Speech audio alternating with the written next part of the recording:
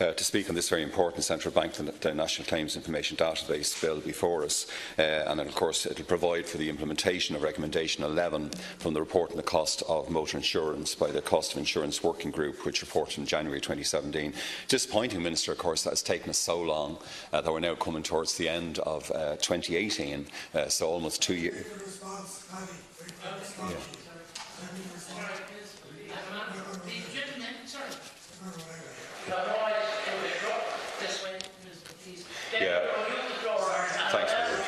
Yeah, well, I'm just asking, Minister, how come it's taken you 2 years?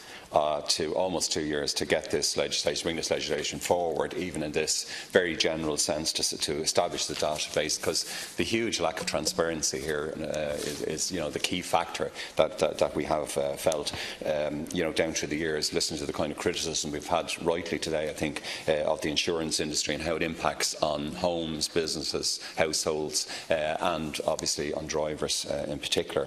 And in fact, of course, the working group was actually set up in 2016, so it's been running throughout the lifetime of this government. And you said in your own speech, I think, of course, that there was no silver bullet to solve this issue. But I mean, perhaps there are two areas that we should be aiming at very fundamental reform, and I think the bill before us gives us an indication of that today in relation to the insurance industry itself. And when you look at the astonishing figures of insurance increases, even during the period of austerity. But the other area, of course, we should be looking at is very fundamental reform of the legal profession, the legal system and the legal profession, because you notice, in fact, in the discussions around your legislation and in the working group and the lead up to it, that the insurance industry blames the legal profession and their book of quantum and the costs of barristers and solicitors. They blame in turn blame the insurance industry. But of course, in terms of legal costs, we've seen the relentless rise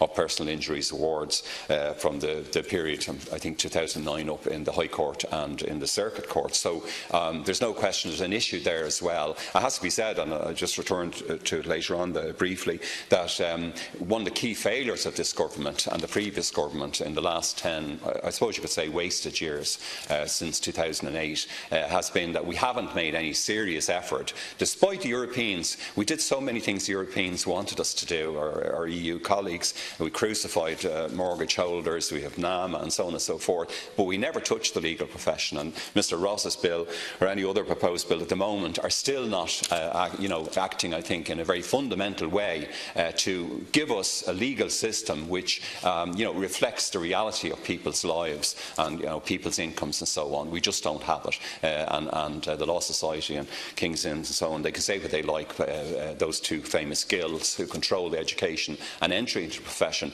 but the reality is there is a problem there as well, beyond a shadow of a doubt. But I think the IMF itself showed us that insurance premiums on a per capita basis, they were 4 times the EU average just a few years ago. We were spending on average of I think $12,000 a year compared to $3,000 for other European countries. Then we saw rises of 70% in price of private car insurance between January 2014 and July 2016. And every single time our renewal dates come up, of course, we're all the citizens right across the community were absolutely shocked to see some of the things that were being asked. And like other deputies who've spoken here earlier on, I mean, we've all been contacted again and again, especially by young drivers, young careful drivers who follow the rules and who are still being crucified for €1,000 plus and so on. All kinds of hard-pressed constituents, very distressed, for example, taxi drivers, people who are doing in the public transport mould, and they also been maybe some changes in their training or whatever, and they have to come up with vast sums of money. And I think we have seen a very slight deterioration of prices in the more recent figures, but the working group, I think it was established because this problem certainly existed, and a lot of people wouldn't accept, as the last deputy said, the insurance industries where they say the claims were accounting for perhaps 50 to 65% of premiums. We just didn't have the data, and that's why, in general terms, I welcome the bill before us today. And of course, recommendation 12 for the quarterly publication of the working group of key aggregated metrics on claims, costs and trends, that was supposed to have been implemented in Q2, Minister, 2017, and that was stalled due to the lack of consistent information also from insurance providers across that cartel of big companies. And a subgroup, of course, the working group produced the first motor insurance key information report in July 2017, and we got the second report there this summer. Personally, I agree with the proposal in recommendation 13 to consider the feasibility of a claim-by-claim register. I think we should have all the data available to be truly able to examine the industry and see what we can do, to make it the kind of industry that we want. And I noticed the working group decided that the claim-by-claim wouldn't be feasible in short to medium term, but I think it's something we should be working towards, and perhaps we should be introducing legislation that requires the insurance industry to capture and anonymise the data so that we can then utilise the information gathered. And I notice ISME, during the public consultation process, they suggested that the raw data claims should be gathered and then consolidated into aggregate levels. And reasons were given why we didn't progress recommendation 13, including the potential costs, the barriers to getting the information, the sensitivity, and so on. And we do have now, I think, all of the deputies in the House, we're all wrestling with the GDPR. The new legislation that we have since last May 25th, and the way we have to be, I think we always did try to protect our, very, very hard all during our careers in this House, protect our constituents' data, but we're under, very strict guidelines now, which our Oireachtas staff has very kindly, set out for us and given us consent forms and so on and so forth. So to some extent that is somewhat understandable. As the Minister knows, of course, throughout my years in this House, I have drawn attention to obviously the disgraceful, appalling level of casualties on our roads, both deaths and very serious injuries. And there's so many issues, and this was the part of the debate we have on whatever was the 24 or 30 hours that we spent discussing the last road traffic bill. There's so many issues around, first and foremost, I suppose, addressing uninsured drivers, insurance fraud, automatic number plate recognition, stronger cooperation between the insurance industry and the Gardaí, use of technology, like all of the issues that still have to be dealt with. I think the next bill, the government, Deputy Ross is going to come forward with, relates to speed limits and speeding and so on and so forth. And I think that's very timely, or it's past timely. But all of these issues are issues that the House has been very lethargic, as we saw in the dreadful dragging of heels on the road traffic bill. We just haven't been prepared to get out there and go for a Vision Zero approach, because if you had Vision Zero, like Sweden and a number of our exemplar countries in Europe have been trying to follow, obviously insurance premium by definition should be much lower then, because the appalling death rate and casualty rate should be much lower. For example, recommendation 30 of that report was to expedite the development of the master licence record, which I've asked the Taoiseach and the Minister about many, many times, because it would enable us to correlate all data across various databases for every one of us as drivers. And I noticed that outstanding road safety activists such as Ms Susan Gray of Park, promoting awareness, responsibility and care in the roads, they've been calling for many years for the master licence record, which many other countries have and we don't have.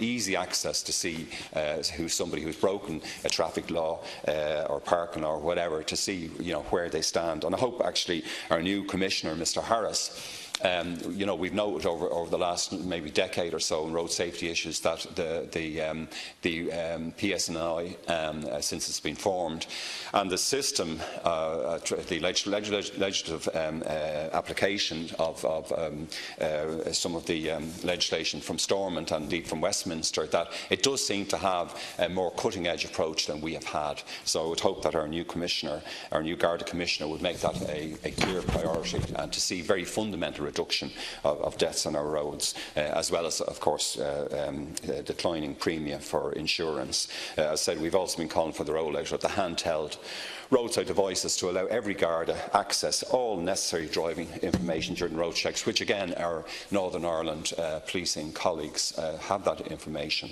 and we don't, our Gardaí don't. Recommendation 32 was required insurance industry, of course, to provide compliance with road safety legislation, which is incredible that you'd need to have such a recommendation, because the insurance industry should be leading and demanding that we have tighter and very transparent road safety law.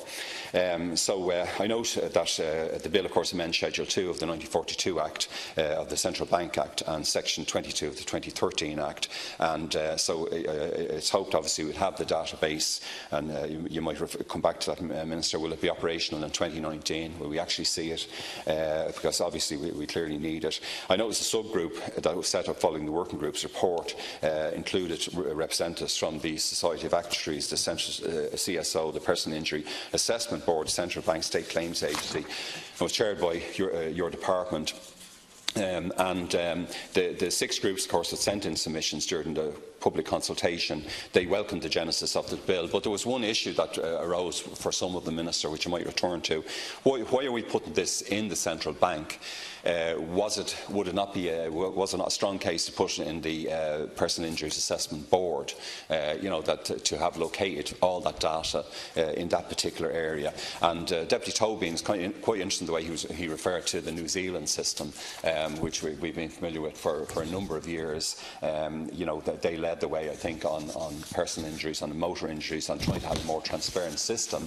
And again, you'd wonder if that's something we shouldn't look at again, and see if, in many ways, New Zealand has been an exemplar, and is it an area that we could look to them to dramatically improve our own insurance and legal system.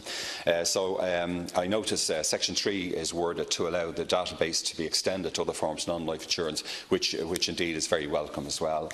And 5 and 11 of the bill, of course, provides expenses to be paid in monies from the Oireachtas and not from the central bank's own funds, I think, isn't that right? And it's expected the money will be recouped through levies on the industry. A number of sections, subsections 6 and 7 and Section 8, of course, provide the publication report at least once a year, which will include information on the relationship between premium and cost. And that's something, again, that I obviously welcome. As I said, I mentioned earlier on the publication of the second and final report of the Personal Injuries Commission, of course, found that our award for whiplash was almost 4.5 times higher than those in the UK, and the Law Society, of course, maintains lower compensation payouts wouldn't necessarily lead to lower premium. But the reality is, I think, again, that it's both the insurance industry and the legal industry alike that have been gouging us down through the years. I noticed you appeared recently, I think, on prime time on this area, but you seem to be suggesting that in the fraudulent area, for example, that it's the responsibility of law enforcement primarily. But I think we have the overall responsibility to ensure, first and foremost, that they have the tools at their disposal, and I know you're trying to put in place one here today, but that we have the facts, we have the information, I know Mr. Nicholas Kearns, of course, in presenting the findings of the Personal Injuries Commission, stated that he estimated, I think you might refer to that in the programme, that fraudulent claims could be between 50 and 200 million a year, which is an unbelievable figure. So obviously there is a sense of urgency about this legislation here today.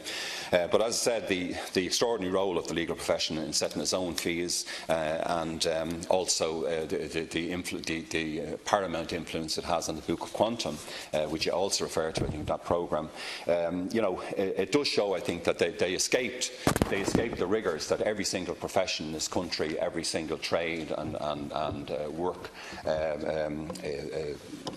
every single area of the economy underwent from 2008.